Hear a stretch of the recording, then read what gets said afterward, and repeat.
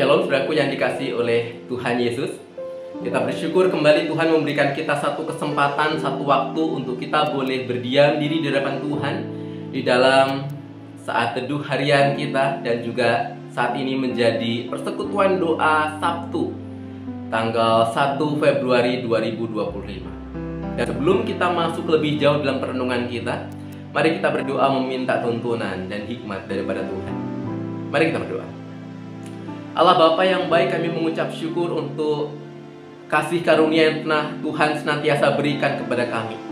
Hari demi hari Tuhan tolong kami, waktu demi waktu Tuhan pelihara setiap kami. Dan hari ini Tuhan memberikan kami suatu anugerah yang luar biasa, di mana kami boleh berdiam diri di hadapan Tuhan. Dan kami rindukan firman-Mu yang kembali boleh menyapa setiap kami, meneguhkan kami, menguatkan kami, menolong kami untuk menjalani hari-hari kami. Tuhan yang menyertai kami di dalam perenungan pagi hari ini. Di dalam nama Tuhan Yesus kami berdoa. Amin. Saudaraku, hari ini saya mengajak kita untuk merenungkan satu ayat yang terambil dari Matius pasal yang ke-28, ayatnya yang ke-20 bagian B. Satu frase terakhir dari Injil Matius dengan satu topik, Tuhan yang menyertai dan bukan sekadar mengutus. Tuhan yang menyertai kita dan bukan sekadar mengutus kita. Matius 28 ayat 20 bagian B, Yesus mengatakan demikian. Dan ketahuilah, aku menyertai kamu senantiasa sampai kepada akhir zaman. Saudaraku, memiliki seorang Tuhan yang punya kuasa yang begitu besar yang mengutus kita, tentu memberikan kita sebuah kepercayaan diri yang luar biasa. Kita tahu Tuhan kita yang mengutus kita adalah Tuhan yang punya kuasa yang begitu besar. Tetapi memiliki seorang Tuhan yang punya kuasa yang mengutus kita tidak menghilangkan adanya kemungkinan bahwa kita akan mengalami berbagai tantangan, kesulitan, atau bahkan penolakan.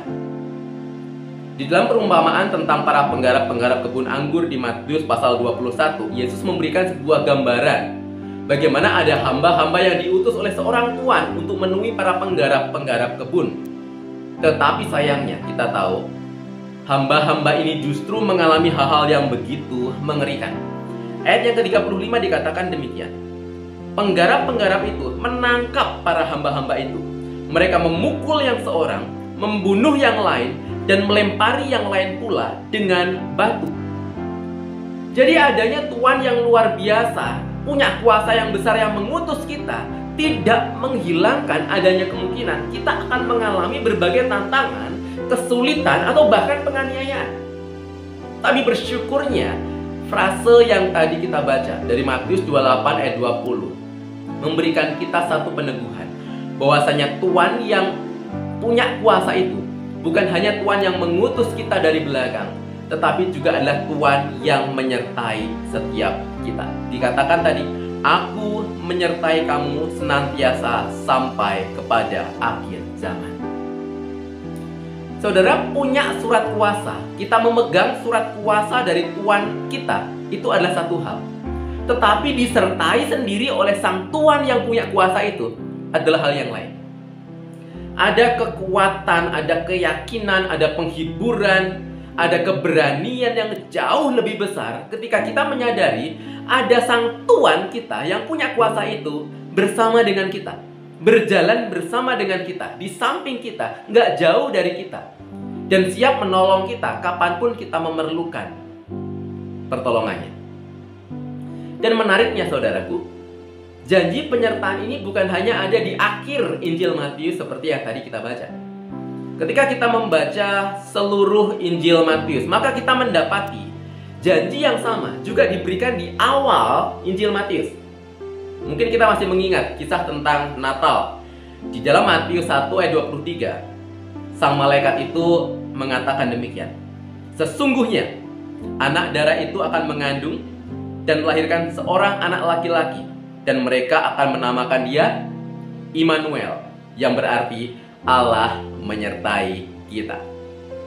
Saudaraku, jadi penyertaan Tuhan, janji bahwasanya penyertaan Tuhan itu senantiasa ada, itu ada di paling akhir Injil Matius, tetapi juga ada di kisah awal Injil Matius. Ini seperti sebuah roti sandwich. Ada struktur kalimat yang sama, janji yang sama di awal dan di akhir. Seperti kedua roti yang ada di bawah dan di atas sandwich itu. Yang itu berarti apa yang ada di tengah-tengahnya, dagingnya itu harus dilihat dari roti yang mengapit ini. Apa yang ada di dalam Injil Matius, Yesus tidak memungkiri bahwa para murid-muridnya, para hamba-hambanya akan mengalami berbagai banyak tantangan, kesulitan, aniaya, dan sebagainya. Tetapi apapun itu, kita harus melihatnya dari sudut pandang kedua roti sandwich ini. Kedua janji penyertaan yang ada di awal kitab dan akhir kitab Injil Matius ini. Sehingga saudaraku, ketika kita bingung, misalnya, jalan mana yang harus kita tempuh, ingat, ada Dia, Tuhan yang luar biasa itu, yang menyertai kita, ada di samping kita. Maka bertanyalah, maka dengarkanlah Dia berbicara, menuntun kita. Ketika kita takut dan cemas karena beratnya tantangan yang ada di depan kita, maka ingatlah, Tuhan yang punya kuasa di surga dan di bumi itu ada di samping kita, menyertai kita. Maka peganglah tangannya dan kuatlah di dalam Dia.